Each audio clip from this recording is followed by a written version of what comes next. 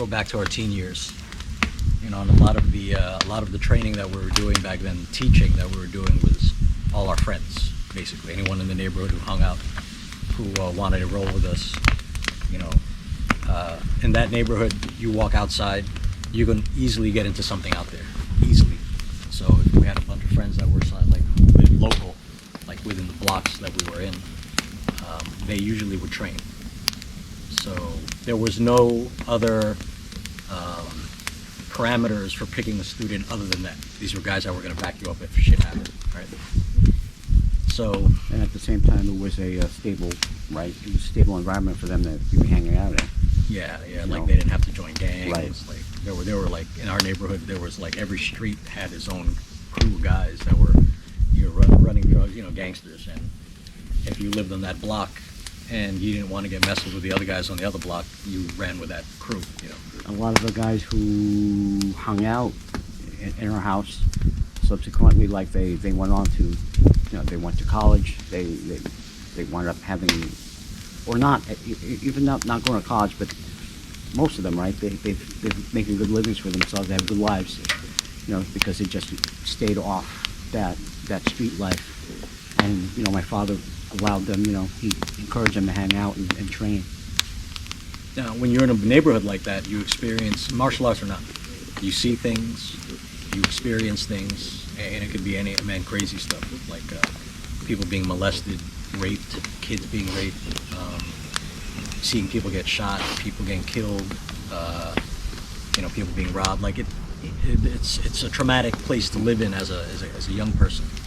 So as soon as you're able, in neighborhoods like that, there was no identification, there's no carding.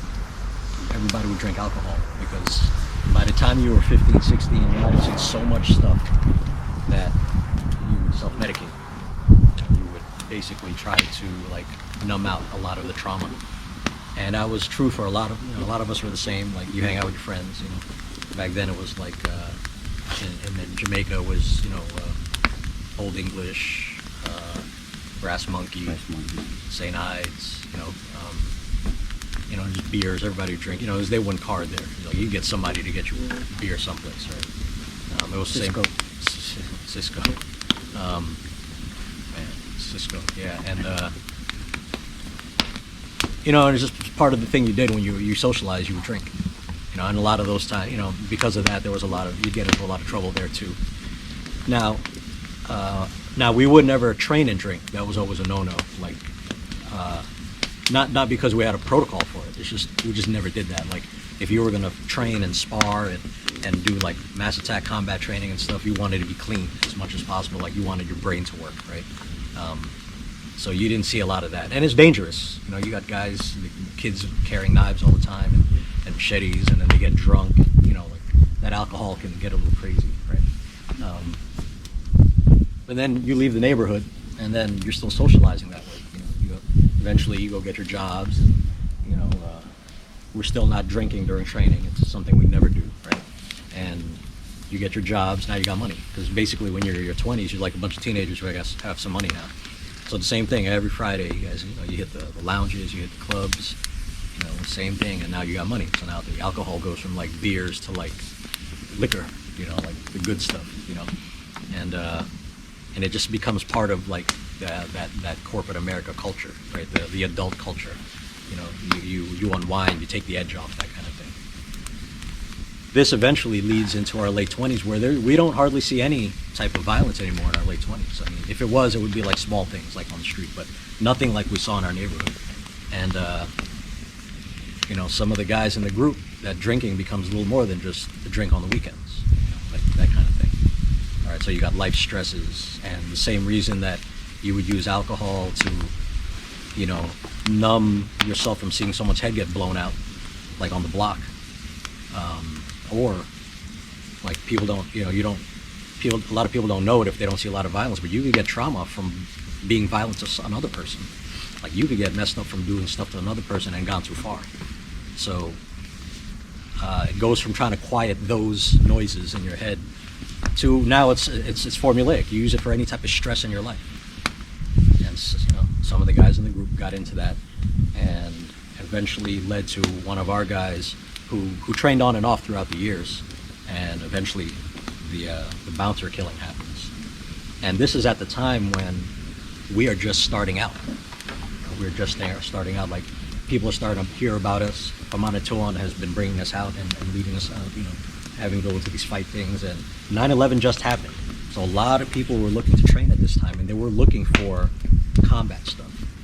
They weren't looking for like sparring and martial arts stuff. They were looking for like moving with your families and how do you deal with a lot of people. They were looking for that kind of thing. Like, not even just self-defense, like protection, self-protection. They didn't want to say self-defense, Yeah, you're like that guy now. Like they look for it, because 9/11, man, it spooked a lot of people, man. People joined the military. Right. A lot of tactical companies opened up, and then this thing happens. And now we're learning SIOC LOT from Pamanatuan, and we're as soon as this happens, he talks to us about primary security protocol, which one of the things in is addictions and mainly alcohol. So right after this happens, because you got to remember, like, we weren't drinking all the time, but we were drinking. Like, Right. it wasn't like every week, but we can't even count in the years, within a year, how many times we went to a place and just had a drink, right?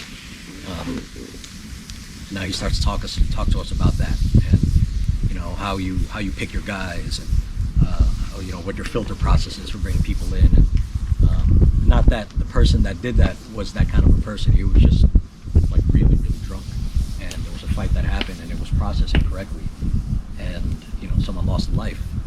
Something that we think about every day. Mm-hmm. Yeah. Every day. Easily. Yeah, easily. At least once. Yeah, every day. Like, and then Pamanatuan starts to talk to us about primary security and how to filter guys out. Now we're watching for guys' addictions, because at any point in anybody's life, no matter how straight they are, one event can happen to them. And if they have skill over 10 years of training, and they're drinking or they're doing drugs or anything, like their mind gets distorted, the reality gets distorted, people could die. And it's a reality. Like, it's not the first time we've ever seen that, And now we're learning about protocols, because protocols, all they are just a bunch of mistakes that were made. And for the people in the future who are rolling with your organization, you have these protocols, and it's easy enough, because it's protocol. No matter if you're mad or angry or emotional, you follow the protocol.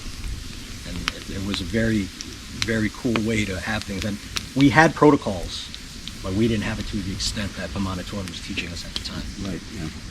All right, which led to that, to a point now where, sometimes guys will join and, they get their little drink going on, and if it's getting a little too much, we'll sit down and talk to them. I mean, since that incident, we've had people come in who were alcoholics. Now, let me tell you, most of the time, if they were alcoholics and they joined and they heard us talk about protocols and training, they would stop drinking. Like, they kicked alcohol, you know what I mean? So, but there's some people who just don't do that. And we gotta, say, look, you can stay, but you can't be doing that. Like, if you're showing up to class drunk, Like, if you can smell that you're drunk, Yeah, if you can yeah. smell that you're drunk, that's not something that can keep happening. yeah, and it's, since then we have a whole lot of protocols for that. And Pamanatuan said it straight to us, like, because someone died. And, as a teacher, you take responsibility for some of that, if not all of that, Now I watch the guys closely, just in case they go through something in life, and I will talk to them and counsel them through a lot of things, just in case you make one small decision that takes 1 second and the whole life changes, like true real life and death stuff, real life and death shit. So now we have all these protocols, and it's important when you, like Pamanatuan said, like, you guys can't be doing stuff like that. You are too dangerous to be doing stuff like that. And it made sense to us at that point. And it made sense at the time as we started to learn it, because if you're a real person, like, who thinks of themselves as like a blade combatant, like, the term taking the edge off is really not a cool term for guys who train in weapons, because they use that term to personify stress. Like, I drink to take the edge off. Basically, like, stress is cutting you, and you use the drink to make the blade dull.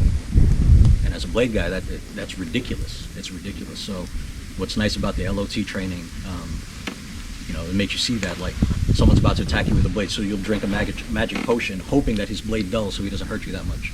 And that's crazy. I mean, I used to use that term. I'll take the edge off at the end of the week, unwind, all that bullshit, right? And I don't even like the taste of alcohol, really. I just like to. I just wanted to get drunk, And when you think it in that way, now you have to deal with the reason why you're getting stressed. And luckily, psychology deals with all of that. So, man, that happened in 2003. I can, every once in a while we'll have a drink. Like you go to a Hollywood meeting, or you're training with some operators, and they'll have a drink after training on the day. Like you don't want to be rude to them. Like they're trying to be hospitable, so you take a drink. But I can probably count. I probably had 10 drinks since 2003. And you have to, when you do it too, it's not a real casual thing. You know what you're doing. You have to say, "Oh, I'm sitting down. This is what's happening. I'm going to drink this alcohol. This is what's going to do because, for this amount of time, this is probably going to be the effects." You have to really go through it. You can't just. There's a lot of people out there who they alcohol is so prevalent that they don't even think about it. There's also a lot of dangerous people out there too, who just take a drink. Like they are just walking around, and they're dangerous people. They're capable of. One of the things that immediately after that incident happened, the internet went crazy. This is the first time we were involved with the internet. It went crazy, man. People are talking about us, and a lot of people are using it to enhance their systems. It was like a free for all. It was pretty crazy, and we were on the bottom end of that. We were on the receiving end of that. So at that point, we thought that we were not going to be able to do this as a business. So we were done. We were done. Like nobody's going to train, which was farther from the truth. Because people showed up. And the first thing we did, within the first year, you really couldn't talk about that case. But the moment that we cleared that trial, man, we use that all the time. It's a lesson. This is what happens. We could tell you from the very beginning what happens if you do something from stabbing all the way to jail. We give you every single, and what they talk about in court, what the lawyer's going to do against you, for you, and we can give you everything about that. And that was part of our lessons. Like, this is real shit. This is real.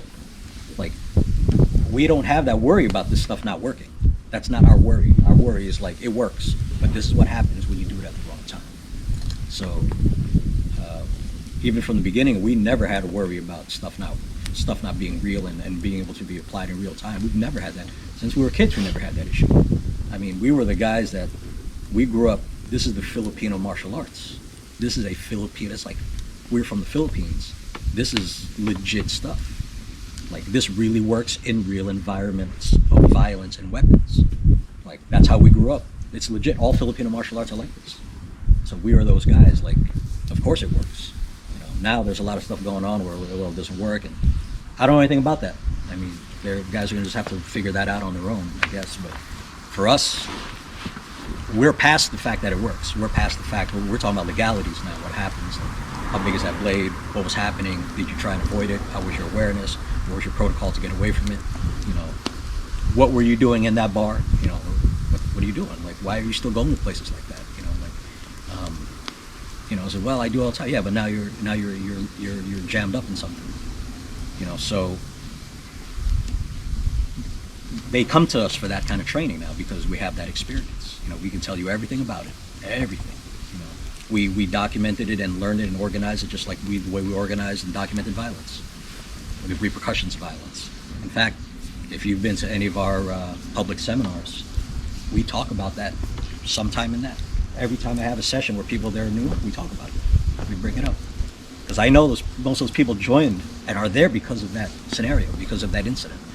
And I just let them know.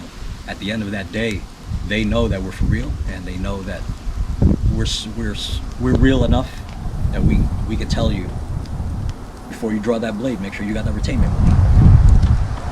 So even till now, I keep a lawyer on the phone just in case. Time's pretty rough right now up here. So,